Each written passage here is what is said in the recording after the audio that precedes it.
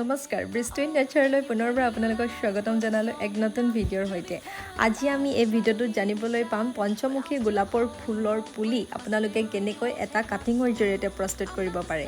কাটিংটো লওঁতে আপোনালোকে এটা কথা কিন্তু মন কৰিব লাগিব যে সেই কটাৰীখন বা সেই চুৰিখন আপোনালোকৰ চফা হয় আৰু চফা কটাৰীখনে যেতিয়া আপোনালোকে কাটিংটো ল'ব তাৰ পাছৰ ষ্টেপটো হৈছে আপোনালোকে নদী কাষৰীয়া বালিৰ লগত অকণমান শুকান গোবৰ মিহলাই তাত ৰুই থ'ব আৰু ৰুই থোৱাৰ পাছত আপোনালোকে কিন্তু সদায় পানী দিব লাগিব।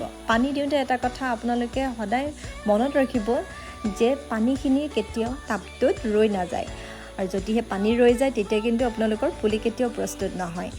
এয়া দেখিছে যোৱা জুন মাহত লোৱা কাটিঙৰ পুলি আৰু এই পুলিটো মই ৰুই থৈছিলোঁ অন্য এটা টাবত।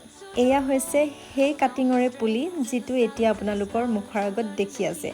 এতিয়া আৰু এটা কথা কৈ থৈ দিওঁ যে ফুলখিনি ফুলি হোৱাৰ পাছত আপোনালোকে সেই ডালটো কাটিবলৈ নাপাহৰিব। যদি সেই ডালটো আপোনালোকে কাটি দিয়ে দেখিব যে সেইডোখৰতে আকৌ ৩-৪টা পোখা মেলে। সেই পোখাকেইটাই আপোনালোকৰ আৰু বেছি পৰিমাণে ফুল দিব। সেয়েহে যিমান দুখ লাগিলেও ফুলি শেষ হোৱাৰ পাছত ডালটো কিন্তু কাটিবলৈ নাপাহৰিব। গতিকেলৈ আশা কৰিছোঁ যে আপোনালোকে এই ভিডিঅ'টোৰ জৰিয়তে পঞ্চমুখী গোলাপৰ পুলি কাটিঙৰ জৰিয়তে প্ৰস্তুত কৰিবলৈ সক্ষম হ'ব।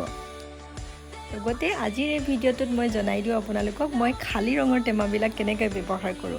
ৰঙৰ অকণমান ইফাল সিফাল কৰি দিছোঁ মাত্ৰ, তাৰ পাছত এয়া ৰূপ।